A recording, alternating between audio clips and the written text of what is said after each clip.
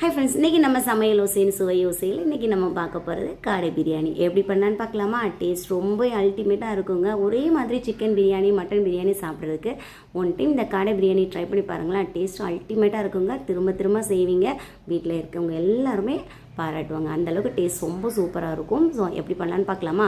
அதுக்கு நான் இன்றைக்கி 5 காடை வாங்கியிருந்தேன். ஸோ வாங்கி அதை நல்லா க்ளீன் பண்ணிவிட்டு கட் பண்ணி எடுத்து வச்சுருக்கேன். அதுக்கப்புறமா ரைஸு, தக்காளி, வெங்காயம், அப்புறம் ஹோல் ஸ்பைசஸ்ஸு, புதினா, தேவையான பொருட்கள் எல்லாமே நான் எடுத்து வச்சுட்டேன். இனி நம்ம பிரியாணி செய்ய ஸ்டார்ட் பண்ணிடலாம்.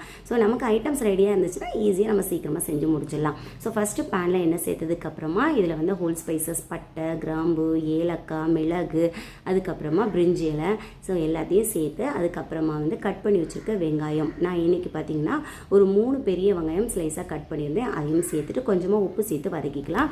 இப்போ இந்த பிரியாணிக்கு ஒரு மசாலா நம்ம ரெடி பண்ணிக்க போகிறோம். ஒரு 2 டேபிள் ஸ்பூன் அளவுக்கு தயிர் எடுத்துக்கோங்க. 1.5 டேபிள் ஸ்பூன் அளவுக்கு மிளகாய் தூள், அதுக்கப்புறமா 1.5 டேபிள் ஸ்பூன் அளவுக்கு தனியாத்தூள், ஒரு 3 டேபிள் ஸ்பூன் அளவுக்கு பிரியாணி மசாலா எல்லாமே சேர்த்து கலந்து மிக்ஸ் பண்ணி தனியாக எடுத்து வச்சுக்கோங்க.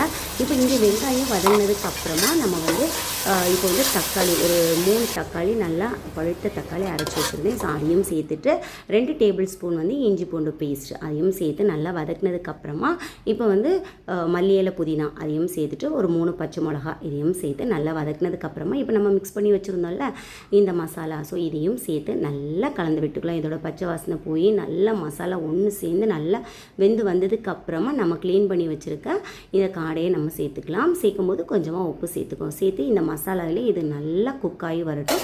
ஒரு மூடி போட்டு ஒரு 10 நிமிஷம் இதை நல்லா குக் பண்ணி எடுத்துக்கலாம். இப்போ நம்ம இதுக்கு ஒரு சூப்பரான ஒரு புதினா சட்னி செய்ய போகிறோம். எங்கள் பையனுக்கு ரொம்ப பிடிக்கும். அதனால் இந்த சட்னி இந்த பிரியாணிக்கு நான் செஞ்சேன். எப்படி செஞ்சேன் பார்த்தீங்கன்னா, ஒரு கை அளவுக்கு புதினா எடுத்துகிட்டு இதில் ஒரு 3 சின்ன வெங்காயம், இப்போ காரத்துக்கு 2 பச்சை மிளகா, ஒரு கை அளவுக்கு தேங்காய் இதையும் வச்சுட்டு தேவையான அளவுக்கு தயிர், அதாவது நான் ஒரு 2 டேபிள் ஸ்பூன் தயிர் எடுத்துருந்தேன். இதில் தேவையான அளவுக்கு உப்பு இதையும் சேர்த்துட்டு கொஞ்சமாக தண்ணி சேர்த்து இதை நல்லா அரைச்சி எடுத்துகிட்டா போதும். இதை தாளிக்கவோ எதுவுமே பண்ண வேண்டாம். ஸோ அப்படியே நம்ம ரெடி பண்ணி வச்சுக்கலாம். இந்த பிரியாணிக்கெலாம் ரொம்ப சூப்பராக இருக்கும். ஸோ பிரியாணி செய்கிற நேரம்லாம் அவனுக்கு கண்டிப்பாக இதை நான் செஞ்சு கொடுத்துருவேன். அதுக்கப்புறமா இப்போ நம்ம ஊற வச்சுருந்த ரைஸு, நான் ஒரு 2.5 கப் ரைஸ் ஊற வச்சுருந்தேன். அதையும் சேர்த்து அதுக்கு தண்ணி பார்த்திங்கன்னா தேவையான அளவுக்கு, நான் எப்போவுமே மெஷர்மெண்ட் நான் சொல்லியிருக்கேன். நம்ம ரைஸை விட ஒரு அரை இன்ச்சு நமக்கு கொஞ்சம் அதிகமாக இருந்தாலே போதும். அதுக்கப்புறமா உப்பு, ஸோ இதையும் சேர்த்துட்டு நெய் 1 ஸ்பூன் சேர்த்து நல்லா கலந்து விட்டுக்கோங்க. நல்லா கொதிச்சிங்க வந்ததுக்கு அப்புறமா தண்ணிலாம் கொஞ்சம் ட்ரை ஆகி வந்ததுக்கப்புறமா தான் நம்ம தம் போட ஸ்டார்ட் பண்ணோம். இந்த பக்கம் பார்த்தீங்கன்னா கொஞ்சம் சிக்கன் 65யும் அதுக்கப்புறம் முட்டையும் தான் வேக வச்சுருந்தேன். இப்போ நமக்கு ரைஸ் நல்லா வெந்து நமக்கு தண்ணி நல்லா ட்ரை ஆகிட்டு வருது. இனி நம்ம தம் போடணும். இந்த தண்ணிலாம் எந்த அளவுக்கு நமக்கு ட்ரை ஆகி வந்ததுக்கப்புறமா நம்ம தம் போட்டோன்னு வைங்களா, கரெக்டான பக்குவமாக நமக்கு ரைஸ் நல்லா நீளமாக உதிரியாக ரொம்பவே டேஸ்ட்டு சூப்பராக நமக்கு கிடைக்குங்க.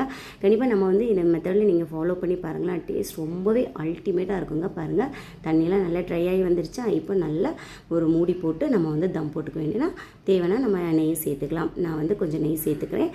சேர்த்துட்டு மேலே மூடி போட்டு அதுக்கு மேலே நம்ம வெயிட்டை நம்ம தூக்கி வச்சுட்டோன்னு ஒரு 10 நிமிஷம் இதை மூடி போட்டு நல்லா குக் பண்ணிட்டாலே போதுங்க. அல்டிமேட்டான ஒரு பிரியாணியாக இருக்கும். கண்டிப்பாக இந்த மெத்தடில் ட்ரை பண்ணி பாருங்கள். டேஸ்ட் ரொம்பவே நல்லாயிருக்கும். அதுக்கப்புறம் நான் பார்த்திங்கன்னா முட்டை, அப்புறம் ரைத்தா, புதினா சட்னி எல்லாமே ரெடி பண்ணி வச்சுட்டு லஞ்சும் நாங்கள் ஃபினிஷ் பண்ணிட்டோம். கண்டிப்பாக உங்களுக்கு இந்த வீடியோ பிடிச்சா நம்ம சேனல் லைக் பண்ணிக்கோங்க. சுவை நீங்காத ஓசையுடன் மீண்டும் சந்திப்போம்.